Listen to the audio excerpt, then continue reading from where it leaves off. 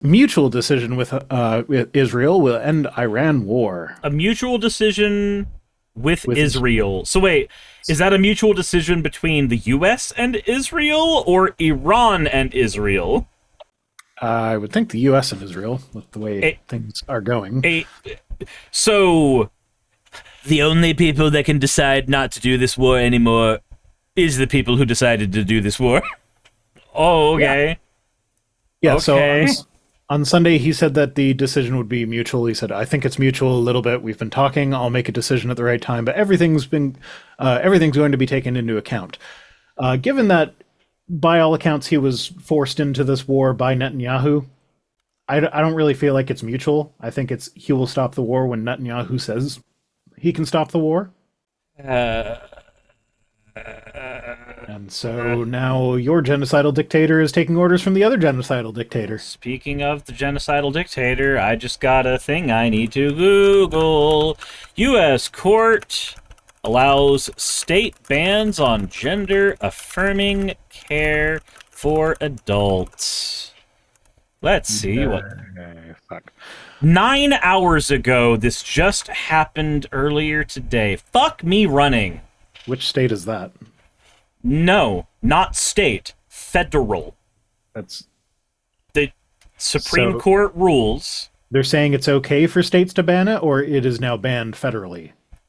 The Fourth Circuit rules that states can compel trans adults to appreciate their sex via care bans. So, it's effectively a federal ruling saying there are no protections for trans people. Fuck off, you're on your own.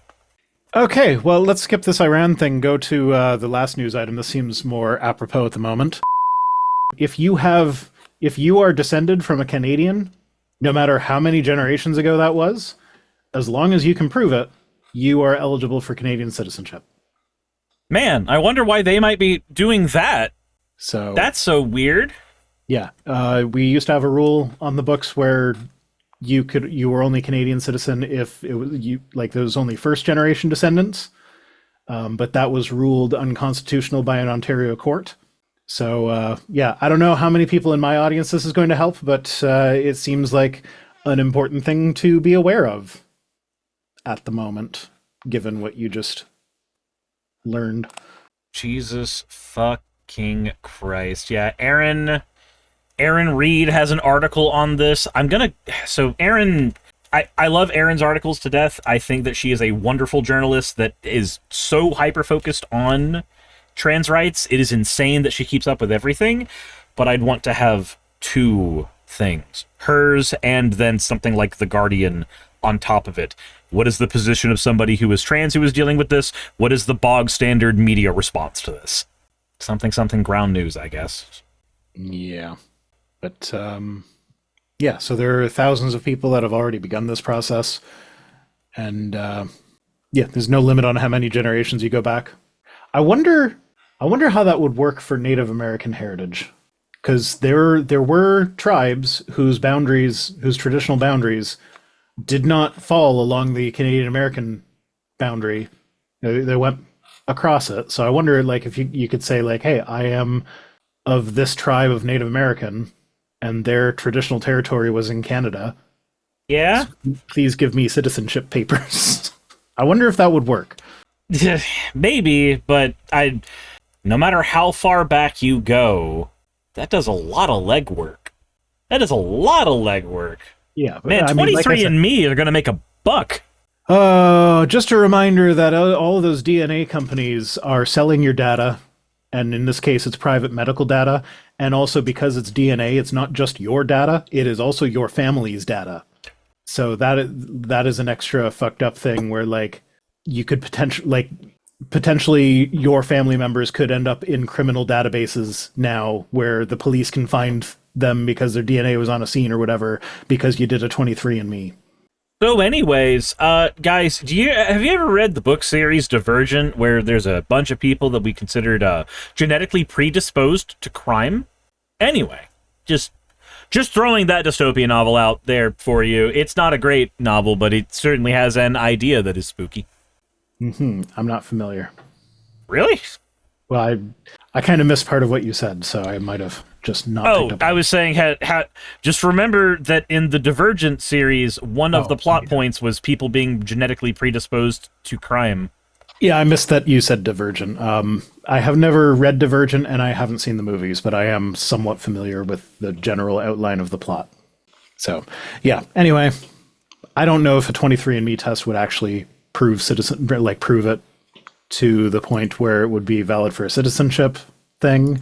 But I would just generally say stay away from those the consumer DNA testing things, just because of you never know what they're going to do with your data. Yep. And there have been cases where even the companies that would keep it private, when they get sold to another company, They don't. they are allowed to retroactively change the contract. So Actually, we're allowed to do whatever the fuck we want with this because we bought it. We're not evil. yeah, exactly. I don't understand I don't understand how that is legal, but it's a thing that happened. And I saw that you said that. Courts and stuff. So I don't know. It's stupid. It's dystopian. I hate it. Don't use those companies. But yeah. So Yay. if you can be a Canadian. God, I love the States. They're so good. How's that depression doing? Man, You just need to self-medicate with some caffeine or something. Man, there's a specific quote that I want to pull for you that pisses me off here. From the decision from Julius Richardson.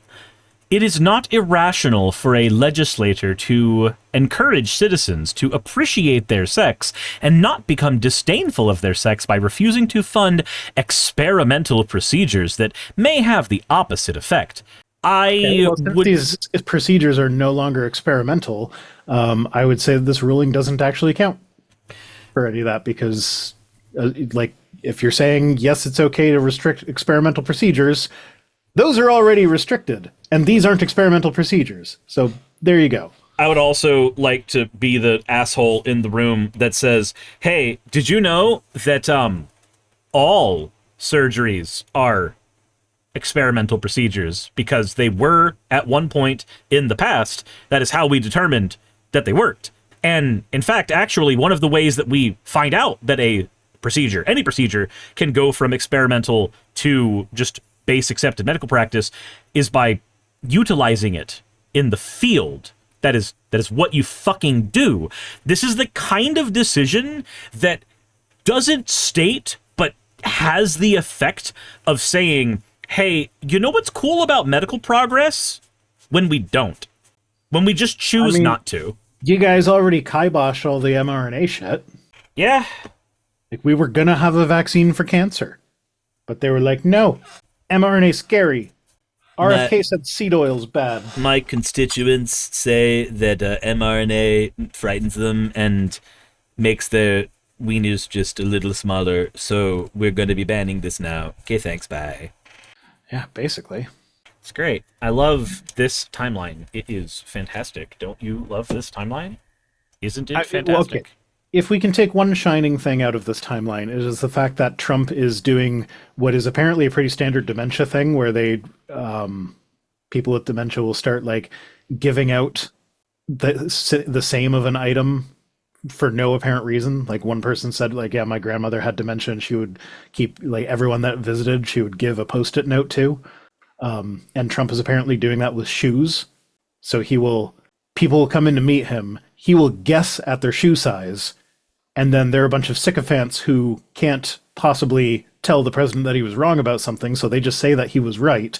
So then he will have an aide order his favorite shoes in what he thinks is their size, and then they have to wear those shoes now. So there are pictures of, I think it was Marco Rubio, wearing shoes that are very obviously way too big for him because he has to wear the shoes that Trump bought him. Because if you don't wear the shoes that Daddy Trump bought you, then the Don's gonna get mad.